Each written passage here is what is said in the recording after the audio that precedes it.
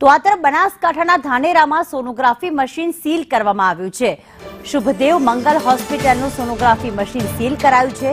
હોસ્પિટલમાં ગેરકાયદેસર રીતે ગર્ભ પરીક્ષણને લઈને આ કાર્યવાહી કરવામાં આવી। આરોગ્ય વિભાગે સોનોગ્રાફી મશીન સીલ કર્યું। સ્થાનિક મહિલાએ ગેરકાયદે ગર્ભ પરીક્ષણનું સ્ટિંગ કર્યું હતું। ડોક્ટર મુકેશ મંગલના સ્ટિંગ બાદ આરોગ્ય વિભાગે કાર્યવાહી કરી અને સોનોગ્રાફી મશીન સીલ કર્યું છે। ધાનેરાની શુભદેવ મંગલ હોસ્પિટલનું સોનોગ્રાફી જે મશીન છે તે સીલ કરવામાં આવ્યું છે। હોસ્પિટલમાં ગેરકાયદેસર રીતે ગર્ભ પરીક્ષણ કરવામાં આવતું હતું।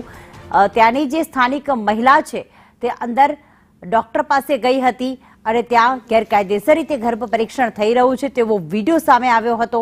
ત્યારે હાલમાં આરોગ્ય વિભાગે કાર્યવાહી કરતા સોનોગ્રાફી મશીન સીલ કર્યું છે।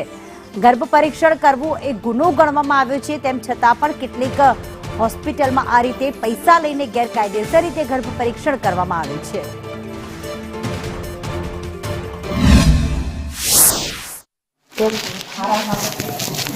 बाबा दीदी 100% रिजल्ट है। डिलीवरी यही कराशो साहेब डिलीवरी तो कराई तो पीछा आवाज आवाज कोई आमी नहीं फर्स्ट लेवा ना सेफ्टी बंद થઈ જાય ને મને તો ઈ ટેન્શન કે બેબલી હશે ને તો આ કીટ ની પૈસા 60,000 નો ખર્ચો થઈ જાય તો હવે તો બાળક ડોક્ટરે કીધું બીજું થાશે ને। હવે બેન તમે બીજી વસ્તુ સબ મૂકો હવે તમે